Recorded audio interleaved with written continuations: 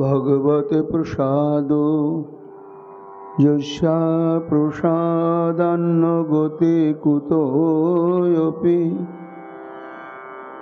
ध्यायं स्तुवं स्तस्य यशस्त्रिशन्दं वन्दे गुरो श्रीचरुणारविन्दम् गौरकृपा घनीभूतं प्रभुं श्रीहरिनन्दनं मम जीवन सर्वस्वं भक्त्या नौमि पुनः पुनः राधा कृपामयं वपुं श्रीगुरुदिनतारकं प्रभुं श्री गौरगोपालं भक्त्या नौमि पुनः पुनः अजानुलम्बितो भुजौ कनकावदातो संकीर्तनैकपितरो कमलायताक्षो विश्वाम्भरो द्विजवरो जगद्धारमपालो वन्दे जगत् प्रियकरो करुणावतारो आनन्दलीलामय विग्रहाय हेमाभोदिव्यच्छविसुन्दराय तस्मै महाप्रेमरसप्रदाय चैतन्यचन्द्राय नमो नमस्ते। निरानन्दमिदं सर्वं प्रेमानन्दस्पदे कृतं येनोतं सततं वन्दे नित्यानन्दं जगद्गुरुं। श्री अद्वैत नमस्तुभ्यं कलिजनकृपानिधे गौरी प्रेम प्रदानाय श्री सीतापतये नमो। लादिनी स्वरूपाय गौरांग सुहृदाय च भक्त शक्ति प्रदानाय गदाधर नमस्तुते। प्रणमामि श्रीवासं तमाद्दं पंडितं मुदा श्री गौरांग कृपा पात्रं कीर्तनानन्दमानसम्। गौरी प्रेम प्रदायैव सर्वत्र समदर्शिने नारायण सुताय च श्रीवल्लरोहरये नमः। वरापीडविरामं मृगमदतिलकं कुंडलाक्रांत गंडं कंजाक्षं कुंभकंठं स्मेतशुभगमुखं साधरे न्यस्तवेणुं श्यामं शान्तं त्रिभंगं रविकरो वसनभूषितं वैजयन्त्यां वन्दे वृन्दावनस्थयुवतिशतवृतं ब्रह्मगोपालवेशम्। नमो नलिननेत्राय वेणुवाद्यविनोदिने राधाधर सुधापानं शालिने वनमालिने। हे कृष्ण करुणा सिंधु दीनबन्धो जगत्पते गोपेश गोपिका कांत राधाकांत नमस्तुते। मुखं करोति वाचालं पंगुं लंघयते गिरिं यत्कृपातमहं वन्दे परमानन्दमाधवम्। तप्तो कांचन गौरांगी राधे वृंदावनेश्वरी वृषभानुसुते देवी तं नमामि हरिप्रिये महाभावस्वरूपातं कृष्णो प्रिया बुरीयसी प्रेम भुक्ति प्रदे देवी राधिका तं नमाम्यहं वन्दे नन्द ब्रज स्त्रीणां पदोरेणुमभिघ्नश यशां हरिकथोद्गीतं पुनाति भुवनत्रयम् अचतुर्वदन ब्रह्मा दिवाहुरपरो हरि अभालोचन शम्भुर्भगवान् बदरायणि यं प्रव्रजन्तमनुपेतमपेतकृतं द्वैपायन विरह कातरयाजुहाव पुत्रेति तन्मया तया तरवयोभिनेदुस्तं सर्वभूतहृदय मुनिमानतोऽस्मि तमादिदेवं करुणानिधानं तमालवर्णं सुहितावतारम् अपारो संसार समुद्रशतं भजामहे श्रीभागवत स्वरूपम् वंशाकल्पतरुभ्यश्च कृपा सिन्धुभ्येव च पतितानां पावनेभ्यो वैष्णवेभ्यो नमो नमो। जय रूप सनातन भट्ट रघुनाथ श्रीजीव गोपाल भट्ट दास रघुनाथ भक्ति भरे बंदी छय गोसाइर चरण जहाँ हईते विघ्न नाश अभीष्ट पूरण।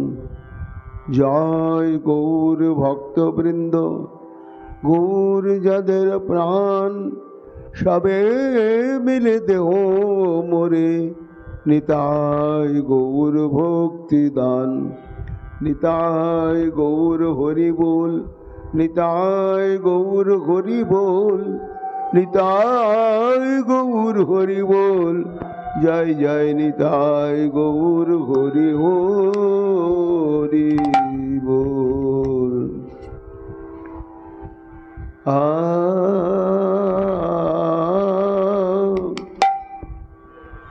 आहा वृंदावनेश्वरी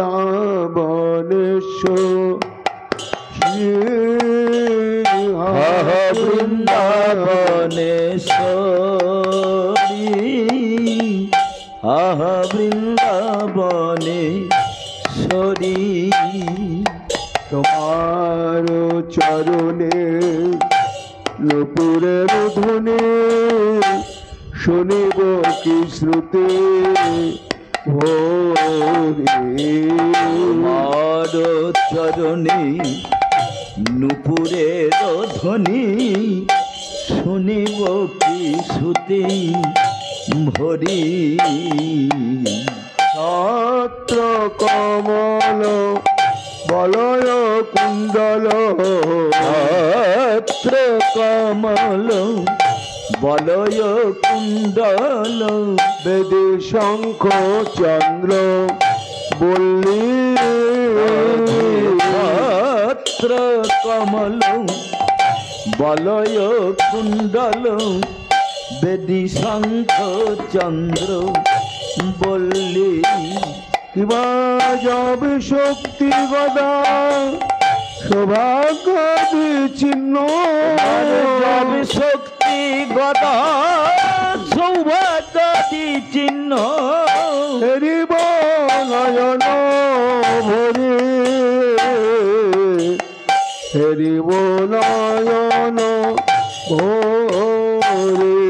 ওই যাবে শক্তি গদা সৌভাগ্য চিহ্ন হেরিব নয়ন ভরি হেরিব নয়ন ভরি। চরণ সৌগন্ধ আগ্রাণ করিয়া চরণ সুগন্ধ আঘ্রাণ করিয়া হইব কি অনুমত চরণ সুগন্ধ আঘ্রাণ করিয়া হইব কি অনুমত রাধে যুগল চরণ হৃদয়ে ধরিয়া যুগল চরণ হৃদয়ে ধরিয়া আমি জুড়াব তাপিত চিত জুড়াব তাপিত চিত তোমার যুগল চরণ হৃদয়ে ধরিয়া জুড়াব তাপিত চিত জুড়াব তাপিত চিত সুগন্ধি শনিলে অরুণ চরণ গন্ধি সলিলে অরুণ চরণ কমল ধোয়াব ধীরে সুগন্ধি সলিলে অরুণ চরণ কমল ধোয়াব ধীরে রাধে সে চরণ অমৃত পান করি কবে রাধে সে চরণ অমৃত পান করি কবে আমি ভাসিব আনন্দ নিরে ভাসিব আনন্দ নিরে তোমার সে চরণ অমৃত পান করি কবে ভাসিব আনন্দ নিরে রাধে ভাসিব আনন্দ নিরে রাধে রাধে বলি তুয়ানা বলি রাধে রাধে বলি তোয়া নাম বলি গাইব উচ্চ স্বরে রাধে রাধে বলি তোয়া নাম বলি গাইব জয় স্বরে রাধে নামের সহিতে এমন পরাণ রাধে নামের সহিত এমর পরাণ যাবে তুয়া পদ তলে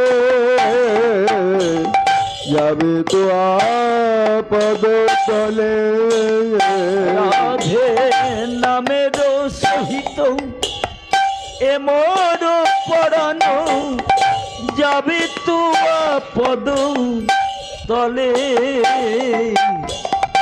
যাবে তো পদ তলে শৈলেন্দ্র মুকুট মণি গোবর্ধন শৈলেন্দ্র মুকুট মণি গোবর্ধন তটেতে নিবাস করি রাধে শৈলেন্দ্র মুকুট মণি গোবর্ধন তটেতে নিবাস করি কৃষ্ণ দাসে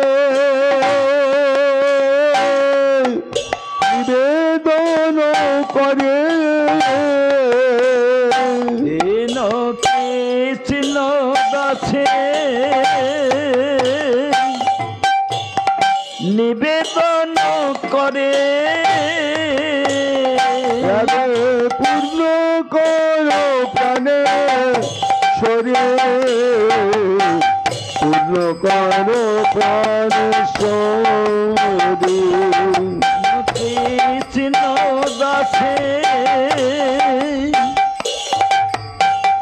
নিবেদন করে পূর্ণ করো প্রাণে শরীর, পূর্ণ করো প্রাণে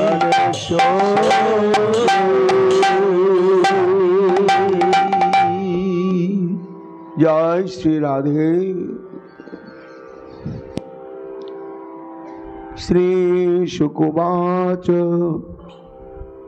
ক্বচিৎ গুরু বকাশক নাগ পুন্নাগ চম্পকা রামানুজ মণিনামিত দর্প হরস্মিত।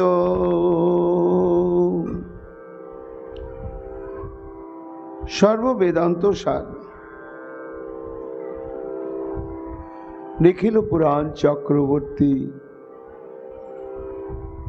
এবং ঈশ্বর পরম কৃষ্ণ সচ্চিদানন্দ বিগ্রহ, সে আমার শ্রী গোবিন্দের শব্দ ব্রহ্মময় বিগ্রহ শ্রী শ্রীমদ্ ভাগবত মহাপুরাণে দশম স্কন্ধে 30তম অধ্যায় ষষ্ঠ সংখ্যক শ্লোক মন্ত্রে সুকমণি বলছেন, মহারাজ শুনতে হবে গোবিন্দের লীলা কথা। লীলা কথা শ্রবণ ব্যতিরেকে, স্মরণ ব্যতিরেকে, কীর্তন ব্যতিরেকে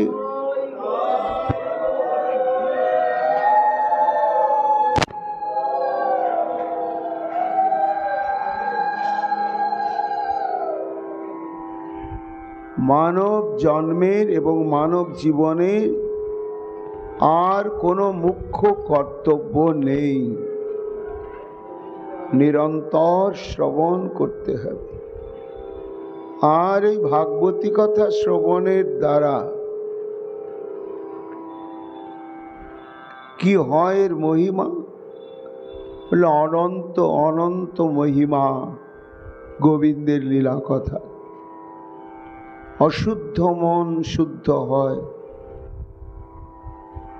সর্বপাপ বিনির্মুক্ত হওয়া যায়, চঞ্চল চিত্ত স্থির হয়, কর্মবন্ধন খণ্ডন হয়, ভবসমুদ্র অতিক্রম হয়, প্রেম ভক্তি লাভ হয়, ভগবানকে বশীভূত করা যায়।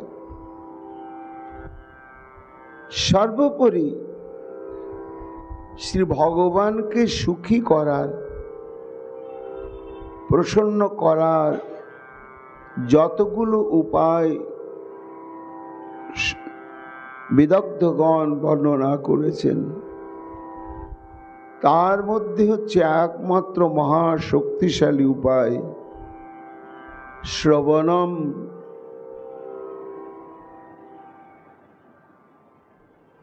শ্রদ্ধাযুক্ত অন্তঃকরণে শ্রবণ। এই শ্রবণ ভক্তি অঙ্গটি শ্রী ভগবানকে এত দুর্বল করে দেয় যে সদ্য হৃদয়বরুদ্ধতে তৎসনাৎ কৃতিভি শুশ্রূষুভি। শুশ্রূষু অর্থাৎ শ্রবণ করেনি, করার জন্য প্রবল উৎকণ্ঠাময় ইচ্ছা পোষণ করেছিল, কিন্তু শ্রবণের সুযোগ যেদিন এলো, দুর্দৈব বশত তার শ্রবণ আর হলো না। তাহলে শ্রবণের ফল তো তার হলো না, এটা তো স্বাভাবিক কথা। কিন্তু শ্রী ভগবান এই শ্রবণ ইচ্ছুক ভক্তের কাছে কত দুর্বল, যে শুনুক বা না শুনুক ওই শ্রবণের জন্য যে অত্যন্ত তৃষ্ণাতুর হয়েছিল, ব্যাকুল হয়েছিল,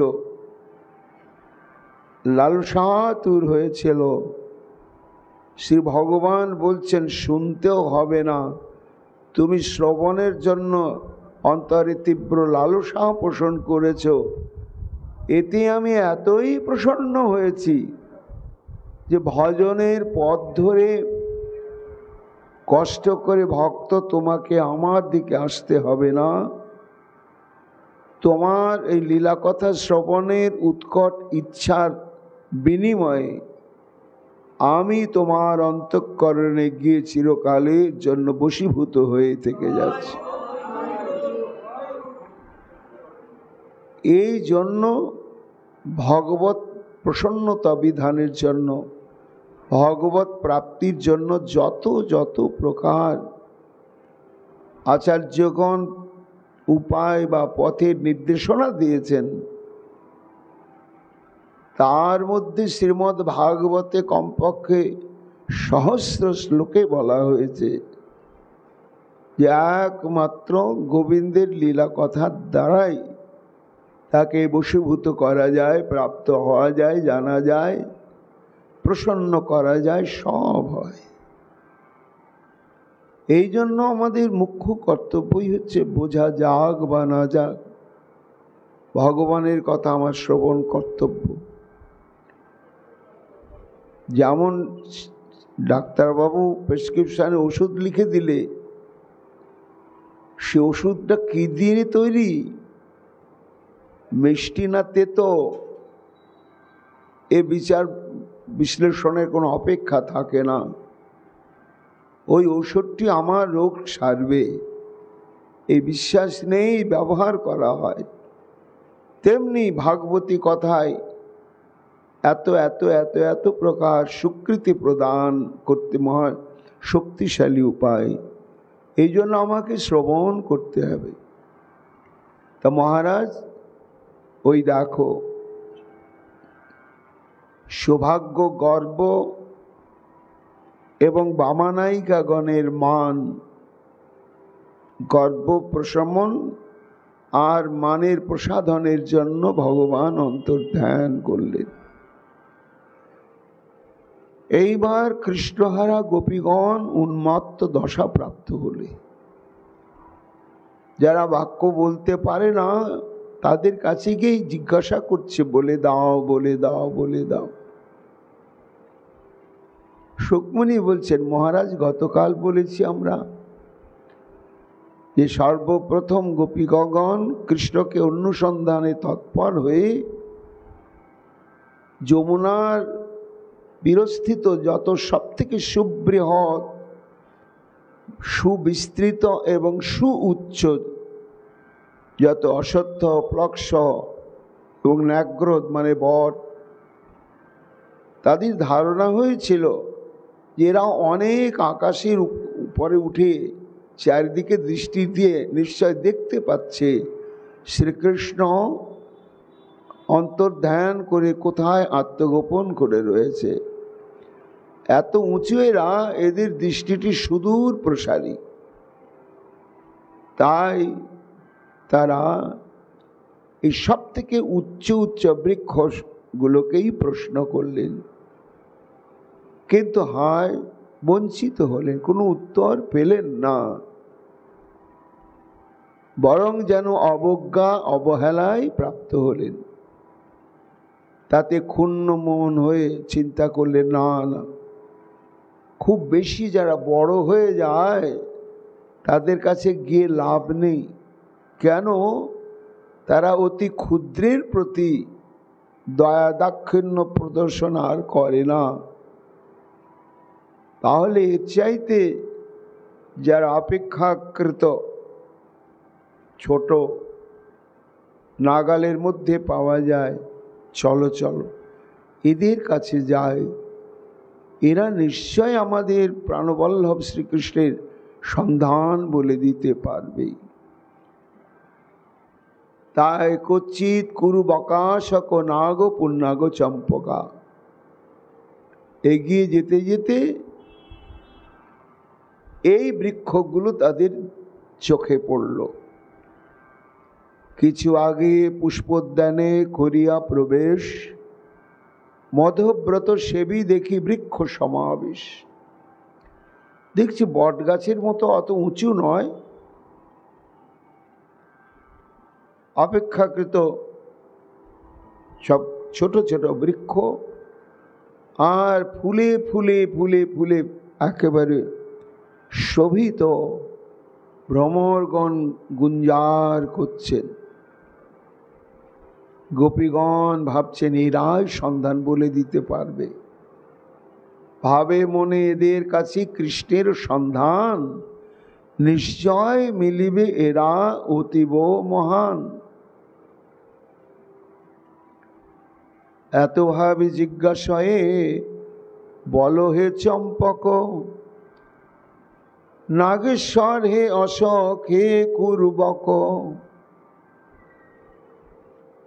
দলবদ্ধভাবে প্রত্যেকটি বৃক্ষের কাছে গিয়ে ব্যাকুল হয়ে, ঠিক কোনো মানুষ যেমন মানুষের সঙ্গে কথা বলে, কোনো বিষয় জানতে হলে জিজ্ঞাসা করে, সুকমুনি বলছেন মহারাজ এই সমস্ত বৃক্ষকুলের কাছে গিয়ে কৃষ্ণের সন্ধান জানতে চাইছে গোপিকাগণ।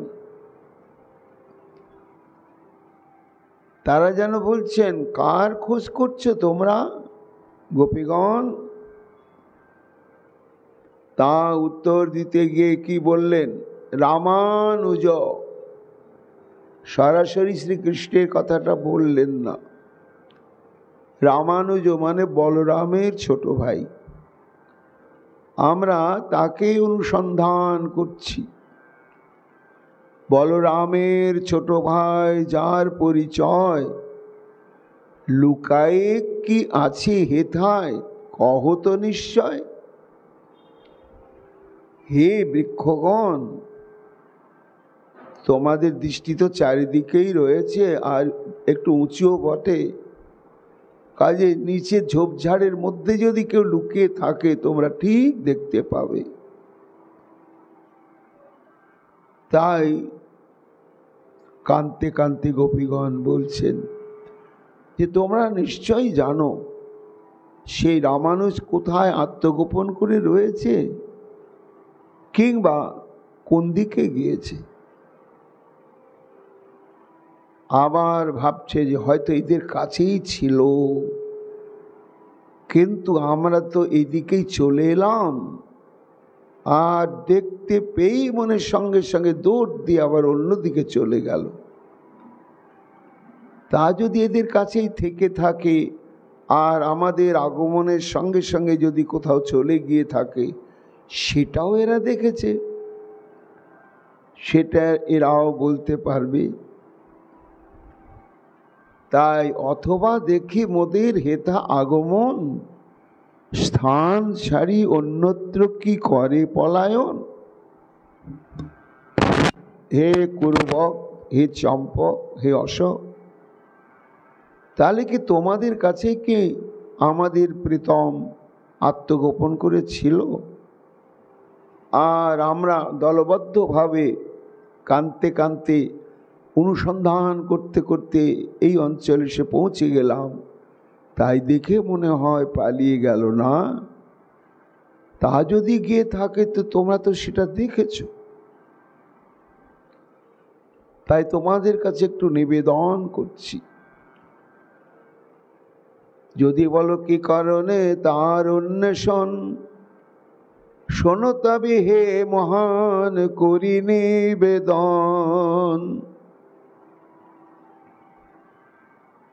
সেই রামানুজের স্বভাব কি জানো না? মানিনাম দর্পহর স্মিত। তার একটা অনন্য সাধারণ একটা অদ্ভুত জাদুই বলা যায় তার হাসিটি। জানো হে বৃক্ষগণ, সেই হাসিটার বৈশিষ্ট্য কি না, মানিনাম দর্পহর স্মিত। মানিনীগণের যে দুর্জয় মান, এই মানটা একমাত্র ওই হাসিতেই চূর্ণ বিচূর্ণ করে দিতেছে। খুব দক্ষ, বুঝলে, এমন হাসি। আর ওই হাসির দ্বারাই বলতো বৃক্ষ নারী জাতির একমাত্র মান ছাড়া কি সম্পত্তি আছে? এই মান গর্বেই তারা গর্বিনী। কিন্তু হায়, যতই দুর্জয় মান হোক, জগতে কেউ যা প্রশমন করতে পারবে না ওই রামানুজের একটি হাসি। মহাজন বলছেন গোবিন্দ দাস পদকবি, না মানিনি মান মথন মুচু কায়নি মুনি মানুষ মুরোচান। গোবিন্দের মুখমণ্ডলের বর্ণনা দিচ্ছেন ম অক্ষরের অনুপ্রাস দিয়ে। মরকত মুকুর মিলিত মুখ মোদনে মরকত মুকুর মইলান, সব ম দিয়ে। মানিনি মানো মথন মুচু কায়নি মুনি মানুষ মুরোছান।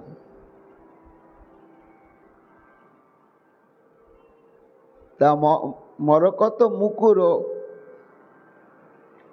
অর্থাৎ মরকত মুনি নির্মিত দর্পণের চাকচিক্যকে পরাভূত করে আমার গোবিন্দের মুখমণ্ডলের সৌন্দর্য মাধুর্য। আর তাতে হাসিটি আছে কেমন না, মানিনী মান মথনমুচু কায়নি, দুর্জয় মানিনীগণের মান যা কখনো খণ্ডন করা যায় না কিছুতেই, সেহান মানকে একেবারে মন্থন করে শেষ করে দিতে ওই মুস্কি হাসির জাদুটাই ভীষণ দক্ষ। তাই মানিনী মান মথনমুচু কায়নি মুনি মানুষ মুরোচান। প্রবোধানন্দ সরস্বতী পাদ তার রাধারা সুধানিধিতে একটা শ্লোকে এই কথাটা বলেছেন যে মান করেছেন রাধারানী প্রতিজ্ঞা, দেখব না, স্পর্শ করব না জীবনে, আর কথাও বলবো না। এই প্রতিজ্ঞা করেছেন রাধারানী যে আর জীবনে দেখব না, লম্পট শতঘরিয়া, এবং কথা বলবো না ওর সঙ্গে, আর স্পর্শ করব না। গোবিন্দ গোপীদের একটু টেরা নয়ন তো, চোখটা ঠারিয়ে ঠারিয়ে বলছেন তোমরা একটু সহযোগিতা করো, আমার একটাই অস্ত্র, হাসি দিয়ে সব শেষ করব। এমন সত্যি ত্রিভঙ্গ বঙ্কিম ঠামে এমন হাসি মাখা বদন নিয়ে দাঁড়ালেন গোবিন্দ, আর সত্যি সখীরা আশ্চর্য হয়ে গেল, এ কি রূপ! সারা জীবনে গোবিন্দ রূপ দর্শন করছি দিনে কতবার, কিন্তু এখন যে রূপ, এ রূপ হয় না, ভবিষ্যতে হবে কোনো সম্ভাবনাও নাই। উচ্ছ্বাসী স্বগতোক্তি তারা বলছেন, আহা দেখো দেখো সখী, কৃষ্ণের কি রূপ! আমরা সারা জীবনে দর্শন করছি, কিন্তু আজকের এই রূপটা তো দেখিনি। এই রূপ যে দর্শন পেল না তার জন্মই বৃথা। রাধারানী তো শুনছেন, শুনে মনে মনে বিচার করছেন সখীরা যা বলছে ওটা মিথ্যে নয়। কেন, আমি ওকে যখনই দেখি তখনই নূতন, এর আগে কখনো দেখেছি ওটা মনেই আসে না, এই প্রথম দেখা। হায় হায়, তাহলে না জানি আজকে কি দুর্লভ রূপ প্রকাশ করেছে বধূ। আর আমিও প্রতিজ্ঞা করলাম জীবনে দেখব না। কেন প্রতিজ্ঞা করলাম? কেন প্রতিজ্ঞা করলাম? না, 3টা করেছি তো, একটা প্রতিজ্ঞা রাখা যাবে না। তাই দৃক্কণ তপস্যত, ধীরে ধীরে ঘোমটাটা সরিয়ে একটু, যেই দেখেছে তখন নিজের অজ্ঞাতসারে কখন পূর্ণ ঘোমটাটা খুলে 2 নয়ন দিয়ে ডাব ডাব করে তাকিয়েই দেখছেন। সখীরা হঠাৎ মনে হয়েছে আরে প্রতিজ্ঞা করেছিল তো দেখবে না। ও রাধে, তুমি যে প্রতিজ্ঞা করেছিলে দেখবে না, বলে এই যে দেখছো প্রতিজ্ঞাটা গেল কোথায়? ওই যে মান এনে মান ও মথন মুচুকায়ন। রাধারানী বলছেন তোরা যেভাবে বাড়িয়ে বাড়িয়ে বললি আমি কি আর না দিকে থাকতে পারি?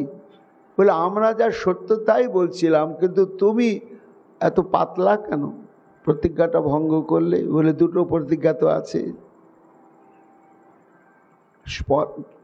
কখনো কথা বলবো না। তখন গোবিন্দ গোপীদের সঙ্গে এমন কথা বলছেন, শুনতে শুনতে রাধারানী রেগে গিয়ে সামনে এসে বলছেন এখানে কি বকবক করছো? হ্যাঁ, এখান থেকে বেরো, এখান থেকে বেরো। কথা বলতে শুরু করেছে। সখীরা বলছে কথাও যে বলে ফেললি, দেখবি না তাও দেখলি, কথা বলবি না বলেই দিলি। বলে ওই হাসিটাই তো বদমাস, সব আমার লোপাট করে দিলে। ছোবো না ভাই। তা গোবিন্দ আমার গোপীদের সঙ্গে এমন বাড়ি বাড়ি কথা বলছে, শুনতে শুনতে শুনতে শুনতে রাধারানী এত রেগে গিয়ে মানের যে প্রতিজ্ঞা করেছিলেন সেটা ভুলে গিয়ে গোবিন্দের হাতটা ধরে টেনে কুঞ্জের বাইরে গিয়ে বলছে বেরো বেরো, যাও এখান থেকে, বেরিয়ে যাও। হাত ধরে যেই বের করে নিয়েছে সখীরা বলছে যা ছুঁয়েই তো দিলি। এই হচ্ছে মানিনী নাম দর্পহর স্মিত।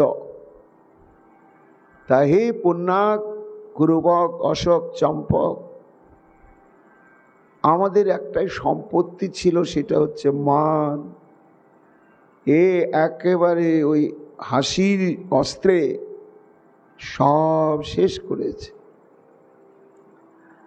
যদি বলো কি কারণে তার অন্বেষণ, তবে শোনো তবে হে মহান করি নিবেদন। মান ধনে ধনী মোরা যত গোপীগণ, সেই ধনে লুব্ধ হই নন্দের নন্দন। আমাদের যেমন মান সম্পত্তিটাই একমাত্র সর্বস্ব বস্তু, আর ওই মানের প্রতি ওর লোভ। কেন না, প্রিয়া যদি মান করি করে ভৎসন, বেদস্তুতি হইতে তবে হরে মোর মন। ওই জন্য মানটাই গোবিন্দের অত্যন্ত কাম্য বস্তু।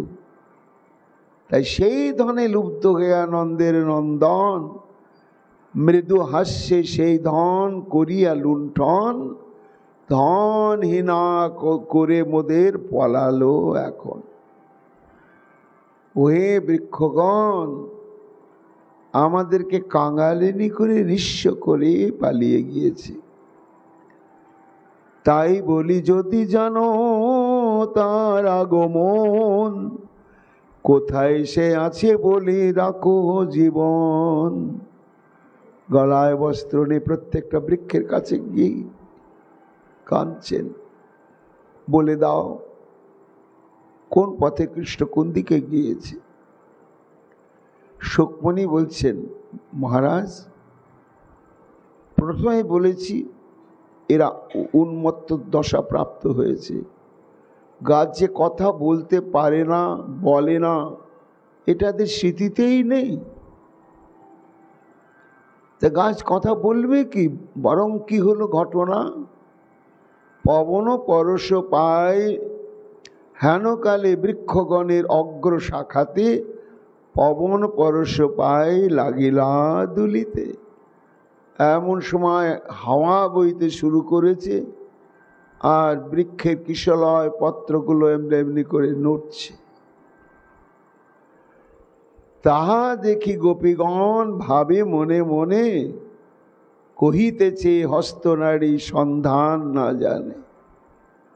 দেখো দেখো, আহা বেচারা বৃক্ষগণ, এরাও বলে দিতে পারছে না।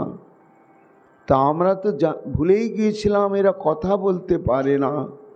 কিন্তু কথা বলতে না পারুক, আমাদের বেদনাটা এরা বুঝেছে, এবং সত্যি সত্যি এরা আমাদের প্রাণবল্লভ শ্রীকৃষ্ণের সন্ধান জানে না। তাই তো ভাষা নেই, দেখো পত্রাবলীগুলোকে সঞ্চালন করে করে জানিয়ে দিচ্ছে আমরা জানি না, জানি না, জানি না। তবে কোন গোপী বলছেন, আহা আমাদের মনের দশা কি ওরা বুঝেছে? কোন গোপী বলছেন বুঝবেই বাকি করে, স্বজাতি তো নয়, এরা হচ্ছে পুরুষ, বৃক্ষ হচ্ছে পুরুষ আর লতা হচ্ছে নারী। এটা একটা বিচার আছে। সমস্ত বৃক্ষগণকেই বলা হয় পুরুষস্থানীয়, আর লতাগণকে বলা হয় স্ত্রী স্থানীয়। তা স্ত্রী জাতি যেমন স্ত্রী জাতির হৃদয়ের ব্যথা বোঝে, পুরুষরা কি বোঝে রমণীর গণের হৃদয়ের ব্যথা? এই জন্য তবে তারা পরস্পর কহিতে লাগিল, কঠোর পুরুষ জাতি এবেশে জানিল, নারীর মনের ব্যথা এরা নাহি জানে, চলো চলো সখীগণ যাই অন্য স্থানে। তাহলে আর ছোট ছোট এমন কারো কাছে যেতে হবে তারা কৃষ্ণের অত্যন্ত প্রীতিভাজন। হঠাৎ যমুনার উপকূলে অনুসন্ধান করতে করতে তারা উপস্থিত হলো বিশাল তুলসী কাননে। কাননে গিয়েই তারা দাঁড়িয়ে পড়ল, এই আসল জায়গায় এসে গিয়েছি, তুলসী আমাদের বলে দিতে পারবে। কচ্ছিৎ তুলসী কল্যাণী গোবিন্দ চরণ প্রিয়ে, সহতালি কুলই বিভ্রদৃষ্টস্তে অতি প্রিয় অচ্যুত।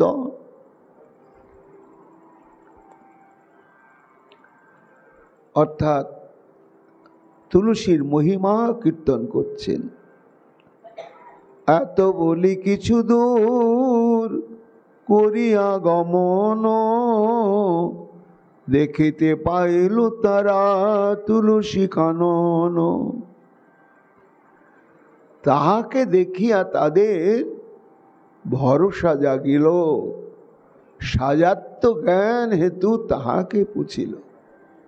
সুকমণি বলছেন, মহারাজ পরীক্ষিত, তুলসীকে দেখে তখন গোপীগণের বুকটা আশায় ভরে গেল। কেন না, তুলসী কৃষ্ণপ্রিয়া, আমরাও কৃষ্ণপ্রিয়া। তুলসী হচ্ছে স্ত্রী জাতি, আমরাও স্ত্রী জাতি। কাজেই আমাদের বেদনটা ঠিকভাবে বুঝতে পারবেই পারবে নিশ্চয়। এই জন্য বিনীতভাবে তুলসীর কাছে গিয়ে সব গোপিকাগণ জিজ্ঞাসা করছে, বলো গো গোবিন্দ প্রিয়া, তুমি ভাগ্যবতী, গোকুলেন্দ্র পদে তোমার হয় নিত্য স্থিতি। তুমি কল্যাণী, জগতের কল্যাণ নানাভাবে তুমি বিধান করে থাকো। যারাই পীড়িত হয় তাদেরই কল্যাণ তুমি প্রদান করো হে তুলসী। আর তোমার নিত্য অবস্থান কোথায়? না শ্রী গোবিন্দের চরণে। গোবিন্দের চরণে সর্বক্ষণের জন্য সচন্দন তুলসী অবস্থান করেই করে।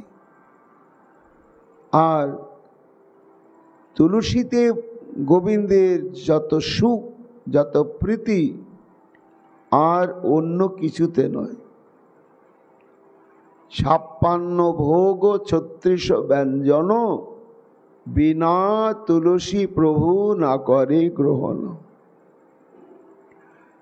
যতই উপভোগ্য উপচার হোক, সেটি যদি তুলসী সহ গোবিন্দকে নিবেদন করা না হয়, তাহলে গোবিন্দ কখনোই গ্রহণই করেন না, গ্রহণ করার বাসনাই জাগে না।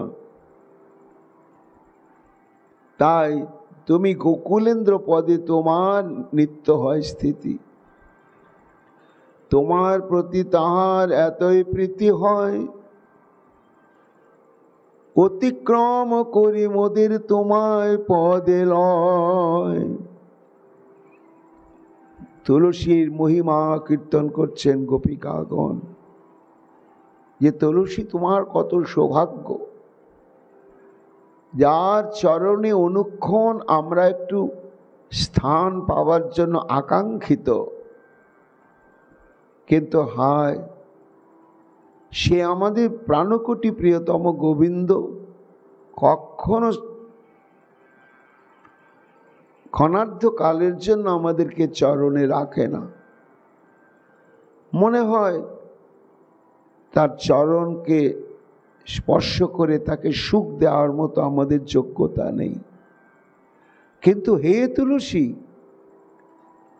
আমাদের প্রীতম তোমাকে কত ভালোবাসে যে আমাদেরকেও পর্যন্ত দূরে রেখে আদর করে তোমাকে সর্বক্ষণ তার চরণে রাখে। অতিক্রম করে মোদের তোমার পদে লয়, সহচর সদা তোমার জানি ওলি, নিবারণ নাহি করে তোমার প্রিয় বলি। গোপীগণ বলছেন, তুলসী তোমার প্রতি গোবিন্দের দুর্বলতা কত বলো। আচ্ছা, তুমি গোবিন্দ প্রিয়া, আর গোবিন্দ তোমাকে ভালোবাসে, তা যাকে ভালোবাসা যায় প্রেমাস্পদ ছাড়া তো আর অন্য কারোর সঙ্গে ভালোবাসার সম্পর্ক স্থাপন করা যায় না, আর করলেও সেটা মেনে নেওয়া যায় না। কিন্তু দেখো, তুমি গোবিন্দ প্রিয়া হলেও কি, যে তুমি গোবিন্দের চরণে অর্পিত হও, তোমার মধু পান করবার জন্য উপপতির ন্যায় ভ্রমরগুলো গোবিন্দের চরণে এসেই তোমাতে মধু পানের জন্য গুঞ্জার করতে থাকে। তা প্রীতম গোবিন্দ দেখছে যে তুলসী তো আমারই কান্তা, কিন্তু দেখো আবার ভ্রমরকেও উপপতি রূপে বরণ করে নিয়েছে। এতে গোবিন্দ তোমার প্রতি কত সন্তুষ্ট যে একটু রুষ্ট হন না, ওটা মেনেই নেন। অর্পিত কৃষ্ণের চরণে অর্পিত তুলসী মঞ্জরিতে ভ্রমর নিরন্তর মধু পান করছে, ঝঙ্কার করছে। বলে কেন? তুলসী কাননে কি সেখানে বিকশিত তুলসী কুসুম নেই? সেখানে কি মধু নেই? তা ভ্রমরগুলো সেখানকার মধু ত্যাগ করে এই চরণে অর্পিত তুলসী মধু পানে কেন এত ব্যস্ত? মহারাজ পরীক্ষিত জিজ্ঞাসা করলেন। সুকমণি বলছেন, মহারাজ, এটা বৃন্দাবন, এখানে বিচার আলাদা। ভ্রমরগুলো দেখছে তুলসী কাননে তুলসী কুসুম বিকশিত হয়, আমরা মধু পান করি, কিন্তু সেই মধুটি প্রসাদী মধু নয়, সেই কুসুমটি গোবিন্দের চরণে অর্পিত হয় নাই। কাজে অপ্রসাদী দ্রব্য আস্বাদনের যে কি স্বাদ আমাদের তো জানাই আছে, কিন্তু সুকৃতি লভ্য কৃষ্ণধরামৃত, এই যে তুলসী উৎসর্গীকৃত হয়েছে গোবিন্দের চরণে, হওয়ার সঙ্গে সঙ্গে এই তুলসীর মঞ্জরি বা কুসুমগুলো প্রসাদী হয়ে গেছে, আর এদের মধু প্রসাদী হয়ে গেছে। তাই ভ্রমর দেখছে অপ্রসাদী মধু তো সারা জীবনই আমরা পান করছি, কিন্তু প্রসাদী মধু বহু জন্মের ফলে ভাগ্যে মিলে। এই জন্যই তারা গুঞ্জার করছে চরণে, সে গোবিন্দের চরণে, যেন গোবিন্দের চরণেরই বন্দনা করছে আর মধুপান করছে। গোপীগণ বলছেন, দেখো তোমার প্রতি কতই আমাদের প্রীতমের দুর্বলতা, যে তোমাতে সমর্পিত হয়েও মধুকরকে যে গ্রহণ করেছে তাতে রুষ্টই হচ্ছে না, নিবারণ নাহি করে তোমার প্রিয় বলি। তারপরে তার এক নাম অচ্যুত। অচ্যুত কেন নাম? না, গোপীগণের বিচার এটা যে অচ্যুত নাম তিনি কেন গ্রহণ করেছেন, না তোমার সঙ্গ থেকে কখনো তিনি চ্যুত হন না। যেখানে মন্দির, মঠ মন্দির, সিংহাসন, সেখানেই তুলসী, সেখানেই তুলসী। তুলসীর সঙ্গ ছাড়া শ্রীকৃষ্ণ কখনো চ্যুত হন না, এই হেতু সবই তারে অচ্যুত কয়। আর জগৎবাসীর মঙ্গলকারিণী তুমি হও, কৃপা করি দেবী মোদের এই কথা লও। তোমার প্রতি প্রীতমের কত দুর্বলতা, ওই দেখো সাধুরা কি বলছে, তুলসী দল মাত্রেন জলস্য চুলুকেন বা বিকৃণীতে আত্মানং ভক্তেব ভক্ত বৎসল। কৃষ্ণের চরণে যে জল তুলসী করে অর্পণ, তার ঋণ শোধিতে কৃষ্ণ করেন চিন্তন। তুলসী দিল, তা বিনিময়ে আমি কি দিতে পারি, কি দিতে পারি? না, তুলসীর বিনিময়ে দেওয়ার মতন তার ভাণ্ডারে কোনো সম্পত্তি নাই। জল তুলসীর সম নাহি অন্য কোনো ধন। তুলসীর বিনিময়ে দেওয়ার মতো আমার ভাণ্ডারে সম্পত্তি নাই, তবে আত্মা বেচি করে ঋণের শোধন। তো তুলসীর বিনিময়ে ভগবান তুলসী প্রদানকারী ব্যক্তির কাছে নিজেকে বেচেই দেন। কত বড় তুলসীর মহিমা! এই জন্য কেউ খবর না জানলেও আমাদের বিশ্বাস, পরোপকারী তুলসী তুমিই জানো যে আমাদের প্রীতম কোথায়। বল দয়া করি এবে কোথায় আসে সে, নারীর মর্ম ব্যথা বোঝে বা না যে। সে কোথায় আছে তুলসী? একদম সে আমাদের ব্যথা বোঝে না। নারীর ব্যথা নারী বোঝে, ইহার প্রমাণ তোমা হতে বোঝা যাবে, হবে সত্য জ্ঞান। তা তুমি নিশ্চয় আমাদের ব্যথাটা অনুভব করেছ। এই জন্য একবার একটু বলো তুলসী, যে তোমার প্রীতম গোবিন্দ কোথায় গেল, কোন দিকে গেল, একটু দিকটা আমাদের বলে দাও। কিন্তু তুলসী তো বৃক্ষরূপিণী, কোনো উত্তর দিলে না, দমকা হাওয়ায় এমনি এমনি করে একটু নড়তে শুরু করলে। না পাইয়া উত্তর কিছু ভাবিল অন্তরে, কৃষ্ণাদরে কয় না কথা, মরে অহংকারে। সুকমণি বলছেন, মহারাজ গোপীগণ উত্তর পেলেন না তুলসীর কাছ থেকে, তখন বলছে ও বলবে না, কেন ঘ্যাম, অহংকার। কিসের অহংকার? বলে গোপী না হলেও কৃষ্ণের চলবে, কিন্তু তুলসী না হলে কৃষ্ণের চলবে না। তা এই যে তুলসী না হলে কৃষ্ণের চলবেই না, এটাই তুলসীর অহংকার। এই অহংকারে ফেটে পড়ছে।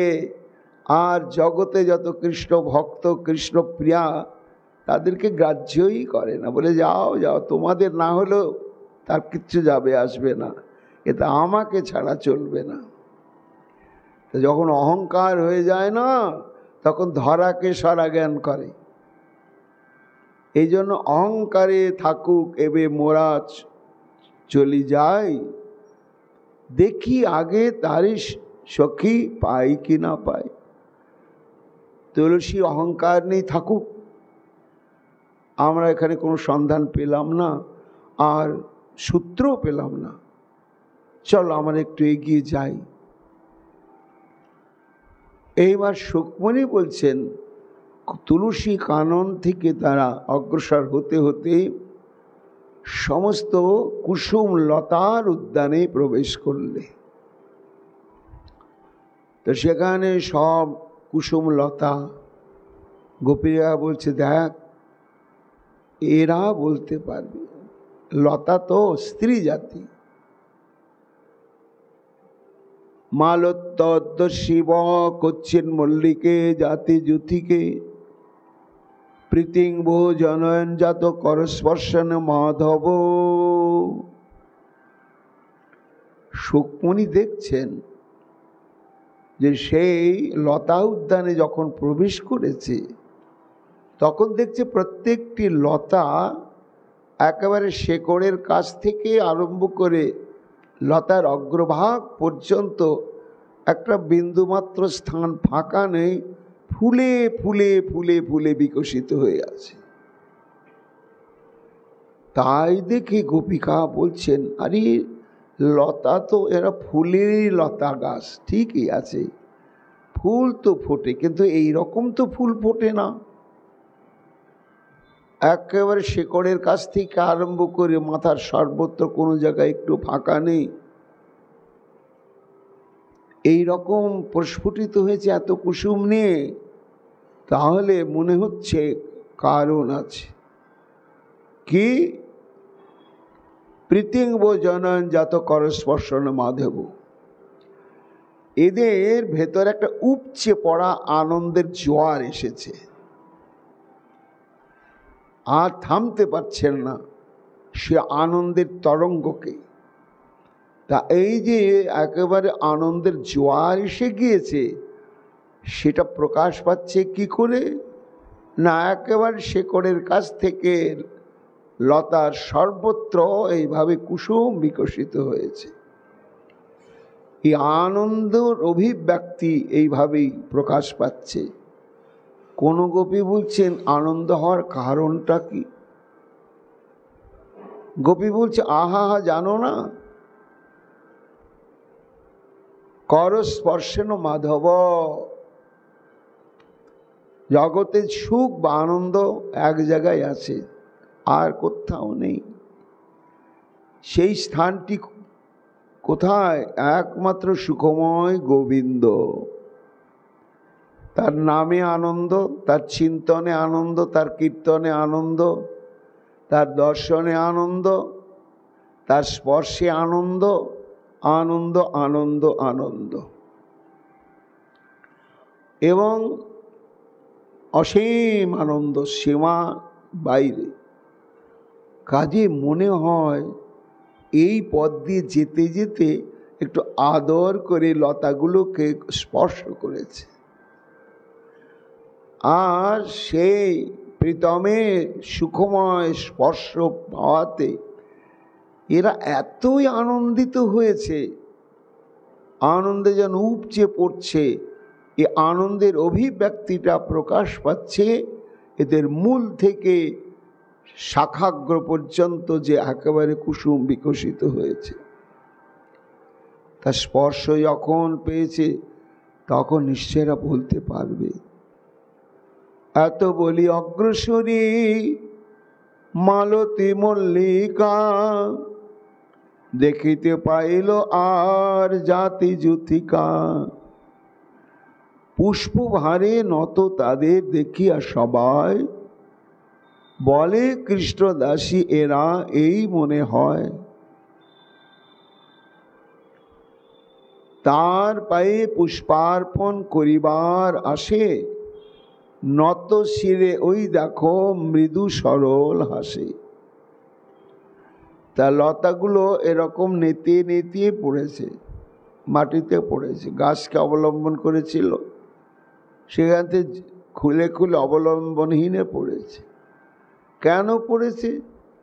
গোপীগণের এগুলো ভাবনা অন্তরে যাচ্ছে যে নিশ্চয় আমাদের প্রীতম এই দিক দিয়েই যাচ্ছিল, তো তার চরণ স্পর্শ করবার জন্য, চরণে পুষ্পাঞ্জলি নিবেদন করবার জন্য লতাগুলো অবলম্বন পরিত্যাগ করে সব এমনি করে নুয়ে পড়েছে। আর সেই সময় গোবিন্দদেরকে স্পর্শ করেছে। সেই জন্য এরা এত বিকশিত হয়েছে কুসুমে কুসুমে।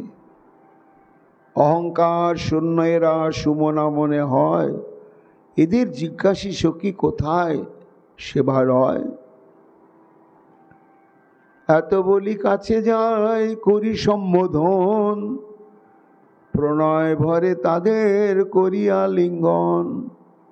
কহল মালতী সখী, কহল যুথিকে, বলগো জাতি প্রিয় সখী, বলগো মল্লিকে। তোদের অঙ্গে ক্ষত দেখি এই মনে হয়, নিঠুর মাধব স্পর্শ পেয়েছ নিশ্চয়। সুখমণি বলছেন যে সেই সব কোমল লতার অঙ্গে আবার আঁচড়ের দাগ দেখা যাচ্ছে। সম্ভোগের চিহ্ন অনুমান করে গোপিকাগণ বলছেন, ও লম্পট তার অতৃপ্ত সম্ভোগ স্পৃহা পূরণের জন্য নিশ্চয় তোমাদের সঙ্গেও সম্ভোগ ক্রিয়ায় মগ্ন হয়েছিল, আর তাই তার তীক্ষ্ণ নখাঘাতের চিহ্ন তোমাদের অঙ্গে অঙ্গে প্রকাশ পাচ্ছে। তামোদের সমদশা তোদের করিয়া লম্পট, কোথা পলাইল বলো সে ধৃষ্ট কপট। তা তোমাদেরকে এইভাবে দর্শন স্পর্শন এবং সম্ভোগের সুখে কৃতার্থ করে আবার ত্যাগ করে কোথায় গেল আমাদের মতন। হে যুতি জাতিকে তোমরা একটু বলো, আমাদের শোকে তোরা না করো গোপন, বলো তোরা কেন লজ্জা করো অকারণ। লজ্জার কোনো কারণ নেই, খুলে বলো কোন দিকে গেল। লতা কি কথা বলতে পারে? সুখমণি বলছেন, একটা দমকা হাওয়া এসেছে, সহসা পবনে তাদের দুলাইল শির, আর দেখিয়া গোপিকা যত হইল অধীর। ভাবন মাদি তবে তারা ইহাই বুঝিল, প্রভুর ভয়ে দাসী এরা বলিতে নারিল। তুলসী অহংকারে বলতে পারল না, আর এরা গোবিন্দ নিষেধ করে দিয়েছে, এই তোমাদেরকে এত পুরস্কার দিলাম, আমার একটা আবদার রাখতে হবে। স্পর্শ করলাম, আলিঙ্গন করলাম, এই যে পেছনে আমার গোপীরা খুঁজতে খুঁজতে আসছে, খবরদার যেন আমি কোন দিকে পালিয়ে গেলাম এই সন্ধান ওদেরকে বলে দিও না। একেবারে দিব্যি দিয়ে বলে দিয়ে গিয়েছে যে যদি বলে দাও আর জীবনে আমাকে পাবে না, ভয় ধরিয়ে দিয়েছে। এই জন্য সখী এরা জানে, কিন্তু লম্পট এমনভাবে নিষেধ করে দিয়েছে ভয়ে ওরা আর বলতেই পারছে না। তাহলে তো আর এদের কাছ থেকেও কোনো সন্ধান আমরা পেলাম না। শ্রী চৈতন্য মহাপ্রভু শ্রীক্ষেত্রে এই ভাবনমাদ গোপীগণের দশায় আবিষ্ট হয়ে লীলা সাধন করেছেন। কবিরাজ গোস্বামী পাদ বর্ণনা করেছেন, একদিন মহাপ্রভু সমুদ্র তীরে যাইতে পুষ্পের উদ্যান তাহা দেখে আচ্ছাদিতে। পূর্ণিমা রাত্রি ছিল। হঠাৎ উদাসী মন সমুদ্রের তীরে উপস্থিত হয়েছেন মহাপ্রভু। আর প্রাকৃতিকভাবে নানা প্রকার কুসুম বৃক্ষ কুসুম লতা সমুদ্রের তীরকে শোভিত করে বিকশিত হয়েছে। বৃন্দাবন ভ্রমে তাহা পশিল ধাইয়া, প্রেমাবেশে বলে তাহা কৃষ্ণ অন্বেষিয়া। মহাপ্রভু একেবারে কৃষ্ণহারা গোপীগণের মতন ধৈর্য হারিয়ে ওই বৃক্ষলতার কাছে কৃষ্ণের সন্ধান পাবেন বলে গোপীভাবে আবিষ্ট দশায় মহাপ্রভু সেখানেই প্রবেশ করলেন। রাশি কৃষ্ণ রাধা লইয়া অন্তর্ধান কইলা, পাছে সখীগণ জয়ছে চাহি বেড়াইলা। সেই ভাবাবেশে প্রভু প্রতি তরুলতা, শ্লোক পড়ি পড়ি চাহি বলে যথা তথা।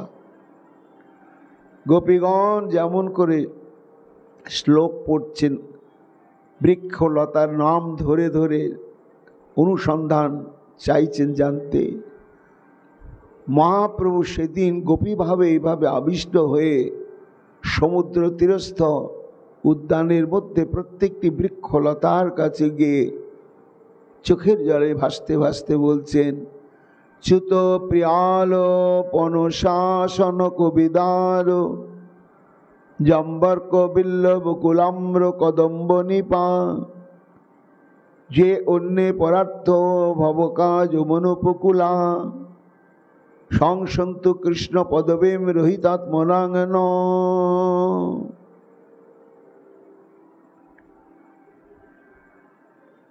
তাদের নাম ধরে ধরে কৃষ্ণের অনুসন্ধান চাইছেন মহাপ্রভু আর গোপিকাগণ। হে চ্যুত, হে প্রিয়াল, হে পনস, হে আসন, হে কবিদার, হে জম্বু, হে অর্ক, হে বিল্ল, হে বকুল, হে আম্র, হে কদম্ব, হে নিপ, এইসব বৃক্ষের নাম ধরে ধরে সম্বোধন করছেন। পরীক্ষিত বলছেন, গুরুদেব চ্যুত মানে কি? সুকমণি বলছে, মহারাজ চ্যুত মানে হচ্ছে আম। আমের এক নাম হচ্ছে চ্যুত। তাহলে আমের নাম যদি চ্যুত হয়, আবার এই শ্লোকের দ্বিতীয় চরণে বলা হচ্ছে জম্বর্ক বিল্ল বকুল আম্র। তা চ্যুত মানেও যদি আম হয়, তা এখানে আবার আম্র শব্দটা আবার দুবার ব্যবহার হয়ে গেল। তখন সুকমণি বলছেন, মহারাজ হ্যাঁ, একটু পার্থক্য আছে। চ্যুত মানেও আম আর আম্র মানেও আম। পার্থক্যটা হচ্ছে কি, চ্যুত হচ্ছে আমের গাছ নয়, লতা। লতাতে এক প্রকার আম হয়, অত্যন্ত সুগন্ধ সুমিষ্ট। তা লতাতে যে আমটা হয় তারই নাম হচ্ছে চ্যুত। আর মোটা গাছে যে আম হয় সেটার নাম হচ্ছে আম্র। এই পার্থক্য। তা চ্যুত প্রিয়াল পনস মানে কাঁঠাল। আবার পরীক্ষিত বলছেন, গুরুদেব কদম্ব মানে তো কদম্ব, আবার নিপ মানেও কদম্ব। এখানে বকুল আম্র কদম্ব নিপা বলা হচ্ছে কেন? সুকমণি বলছেন, মহারাজ কদম্ব মানেও কদম্ব আর নিপ মানেও কদম্ব, কিন্তু প্রজাতির ভেদ আছে। কদম্বের পাতা আলাদা হয় আর ফুল বড় বড় হয়, বড় বড় হয়। আর নিপ কদম্বেরই একটা প্রজাতি, ও কোনোদিন বড় বড় ফুল হয় না, ছোট ছোট ফুল হয়, পাতাটা একটু আলাদা, ও বড় বড় গাছ হয়, তার সুগন্ধ আছে। অনেক পাড়াগ্রামে খেল কদম্ব বলা হয়, সেটার নামই হচ্ছে নিপ। ওইটা ওই কদম্ব কুসুম অলঙ্কার রূপে গোবিন্দ কানে ধারণ করেন, এই জন্য আর কদম্বের ফুল হয় বড় বড়। তা এদেরকে নাম ধরে ধরে জিজ্ঞাসা করছেন যে অন্যে পরার্থ ভাবকা যমুন উপকূলপনা সংসন্ত কৃষ্ণ পদবীম রহিত আত্মনাগ্ন। তীরস্থিত বৃক্ষগণ দেখিয়া সকলে মুনি প্রায় মানি তাদের কাছে গিয়ে বলে, হে চ্যুত, হে কদম্ব পনসপিত শাল, কবিদার জম্বু আম্র কদম্ব পিয়াল, তোমরা সকলে হও যমুনা কুলবাসী, তোমাদের আছে কত মহাপুণ্য রাশি। অর্থাৎ গোপীগণ বলছেন, লক্ষ কোটি জন্মের পুণ্য না থাকলে গঙ্গা তীরে বা যমুনা তীরে একটা পিঁপড়ে হয়ে জন্মানো যায় না, একটা লতা বৃক্ষ ঘাস হয়ে জন্মানো যায় না। এটা কোটি কোটি জন্মের পুণ্য থাকলেই গঙ্গা তীরে বা যমুনা তীরে বাস হয়। এই যে তোমরা যমুনা তীরবর্তী বৃক্ষ, তোমাদের যে কত জন্মের পুণ্য রাশি ছিল, তারপরে তোমাদের জন্মটা কেমন না, সদায় পরোপকারে তোমরাই ব্রতধারী। বৃক্ষ চাইতে আর পরোপকারী জীব বা কেউ নাই। ফল ফুল পাতা মরে গেল, কাঠটাও জ্বালানিতে লাগছে। মানে বৃক্ষ শুধু দিতেই যেন তার জন্ম, পেতে নয়। কারো কাছে কিছু প্রত্যাশা করে না, শুধু দিয়ে যাওয়াটাই তার ধর্ম। এই যে পরের উপকার করাই তো তোমাদের ব্রত। বলে দাও কোন পথে গেল গিরিধারী, তার আমাদের একটু উপকার করে দাও তোমরা। আমরা গোবিন্দ হারা, আমাদের গিরিধারী হারিয়ে গেছেন। তার বিরহে মোরা জ্ঞান হারাই, মরিব নিশ্চয় যদি সন্ধান না পাই। কেন না, এটা যন্ত্রের মতো দেহটা নড়ছে চড়ছে, কিন্তু আমাদের ভেতরে আসলে জীবনী সত্তাটাই নাই, ও নিয়েই চলে গেছে। এই জন্য আমরা এখন প্রাণ শূন্য দশা প্রাপ্ত হয়েছি। তাই তোমরা একটু বলে দাও, এত বুঝি নারীর প্রাণ রাখিবারে চাও, কোন পথে পাবো দেখা তাহা বলে দাও। কান্তে কান্তে গোপিকাগণ এই পরোপকারী উপকার যাদের ব্রত, এইসব বৃক্ষগণকেই বারবার জিজ্ঞাসা করলেন। কিন্তু হায়, ভাবুন মাঝে তারা বুঝতে পারলেন না যে বৃক্ষই হোক আর লতাই হোক, এরা কোনোদিনই কথা বলতে পারবে না, পারবে না, পারবে না। তাই কথা বলছে না। তখন হঠাৎ কোনো গোপী নিচের দিকে তাকিয়েছে, আর নিচের দিকে তাকিয়ে দেখছে কি, পৃথিবীর বুকে বৃন্দাবনের ভূমিতে একেবারে নব নব দুর্বাঙ্কুরে আচ্ছন্ন হয়ে গিয়েছে। তখন ওই উদ্গত নব দুর্বাঙ্কুর দেখে মনে পড়ল যেটা যেন দুর্বাঙ্কুর নয়, এটা পুলক অঙ্কুর। কার পুলক? পৃথিবীর পুলক। তা পুলক হচ্ছে সাত্ত্বিক বিকারের একটা প্রকার। এবং সাত্ত্বিক বিকার কেন হয়? ভক্তির রসামৃত সিন্ধুতে বলা আছে যে বহু জন্মের সুকৃতির ফলে জীবের মন যখন গুরু বৈষ্ণবের কৃপায় কৃষ্ণ ভাবনাযুক্ত হয়, তখন অন্তঃকরণে শুদ্ধ সত্যের ভাব উদয় হয়, আর সেই ভাবের থেকে বিকারগুলো প্রকাশ পায়। 8 প্রকার বিকার। এই জন্য শুদ্ধ সত্য থেকে বিকারগুলো প্রকাশ পায় বলে এর নাম হচ্ছে সাত্ত্বিক বিকার। তাহলে পৃথিবীর এত আনন্দ কেন? এই পৃথিবী জানে আমাদের মাধবের সংবাদ।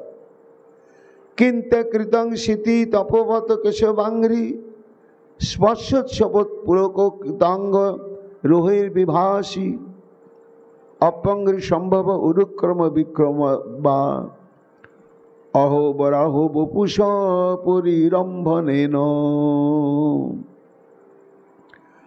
হে ধরিত্রী দেবী, তুমি মহাভাগ্যবতী। তোমার যে এই আনন্দের শিহরণ, যে পুলক, মিথ্যে কথা বলো না তো। এই পুলকটার কারণ তো আমরা খুঁজে দেখছি একটাই, সেটি কৃষ্ণ সঙ্গ প্রাপ্তি। তা নিশ্চয় তুমি কৃষ্ণ সঙ্গ প্রাপ্ত হয়েছ। ধরিত্রী তো নিজ বক্ষে তুমি ধারণ করেছ আমাদের প্রীতমকে, আর তার জন্যই তোমার এত আনন্দে পুলকিত অঙ্গ হয়েছে। এটি একেবারে নিশ্চিত সত্য। কিন্তু হায়, হে ধরিত্রী দেবী, এমন প্রীতম গোবিন্দকে আমরা হারিয়ে ফেলেছি। আর তুমি জানো কেন? তোমার বুকেই সে বিচরণ এখনো করছে কোথাও না কোথাও। কাজে নিশ্চয় ইহার কাছে মিলিবে সন্ধান, দুঃখ মোদের জানি যদি কাঁদয়ে পরাণ। এতভাবে জিজ্ঞাসায় সম্ভব দিয়া পারে?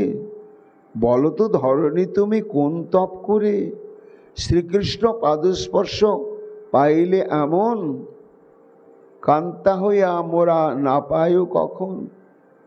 আহা, কি নিবিড় স্পর্শ পেয়েছ তুমি কত জন্মে তপস্যার ফলে, আর তার জন্যই তোমার এত পুলক অঙ্কুর উদ্গত হয়েছে। আর সারা ব্রহ্মাণ্ডে ঘোষিত আমরা কৃষ্ণকান্তাগণ। কিন্তু হায়, সর্বজন বিদিত আমরা কৃষ্ণকান্তা হওয়া সত্ত্বেও আজ আমরা তার সঙ্গ থেকে বঞ্চিত, স্পর্শ থেকে বঞ্চিত। মনে হয় বসুন্ধরে সেই পুণ্য ফলে দিবানিশি ওই পদ তুমি সে লোভিলে। এই জন্যই তোমার এত পুলক। আবার কোনো গোপী বলছে না, এ পুলকটা এই এখনকার কারণে নয়, এই পুলকটা অনেক দিনের ঘটনার পরম্পরা হিসাবে পুলক। বলে অনেক দিনের কি ঘটনা? না ওই যে আমাদের প্রীতম নাকি একবার বামন অবতার হয়েছিলেন,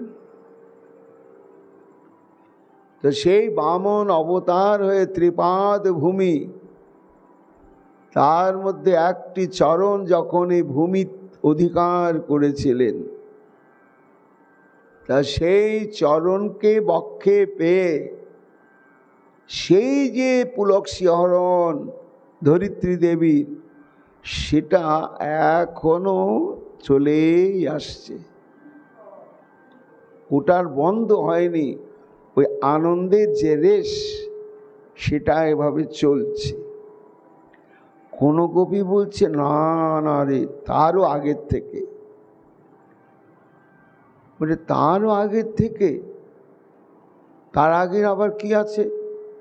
বলে আহা, বামন অবতারের অনেক আগে বরাহ অবতার। আর সেই বরাহ অবতারে যখন প্রলয় পয়দি জলে থেকে ধরিত্রী দেবীকে তুলেছিলেন, সেই সময় ভগবান নিবিড় আলিঙ্গন করেছিলেন। তাই যে ব্রহ্মস্পর্শম অত্যন্ত সুখম, পরম ব্রহ্মের এইভাবে আশ্লেষণ প্রাপ্ত হওয়াতে ওই যে সেই থেকে তার আনন্দের পুলক শিহরণ শুরু হয়েছে, আজ পর্যন্ত মনে হয় চলছেই। এটাই হবে। তার কে ফল ইহা কহিব নিশ্চয়, অথবা বরাহদেবের আলিঙ্গন ফলে যে পুণ্য লোভিলে তুমি তাতে পদ পেলে। যা হোক, তুমি অতি ভাগ্যবতী নারী, কোন পথে গেলে পাবো বলো তো শ্রীহরি। তখন ধরিত্রীকেই বারবার কাঁদতে কাঁদতে জিজ্ঞাসা করতে লাগলেন যে কোথায় আমাদের প্রাণ গোবিন্দ, কোথায় আমার প্রাণ গোবিন্দ। কিন্তু পৃথিবী কি কথা বলেন? যদিও পৃথিবীর অধিষ্ঠাত্রী দেবী রয়েছেন, কিন্তু সেখানে কোনো বাক্যস্ফূর্তি হলো না দেখে গোপীগণ এইবার ভূমির দিক থেকে দৃষ্টি তুলে এদিক ওদিক তাকাতেই দেখছেন অদ্ভুত নয়ন ভঙ্গিমা যুক্ত হরিণীগণ বিচরণ করছে। তখন হরিণীগণের ওই অদ্ভুত দৃষ্টি দেখে গোপীগণের নিশ্চিত বিশ্বাস হলো যে দেখো দেখো, হরিণগুলোর তাকানোর ভঙ্গি দেখেই মনে হচ্ছে এরা কৃষ্ণকে দেখেছে। তাহলে এরাই বলতে পারবে কৃষ্ণের খবর। চলো যাই, হরিণীগুলোর কাছেই যাই।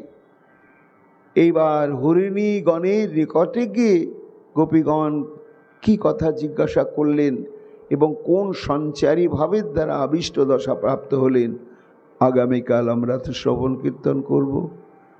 এখনকার মতো ভাগবতী কথা এইখানেই বিশ্রাম লাভ করল। নিতাই গৌর হরি বল, গৌর হরি বল।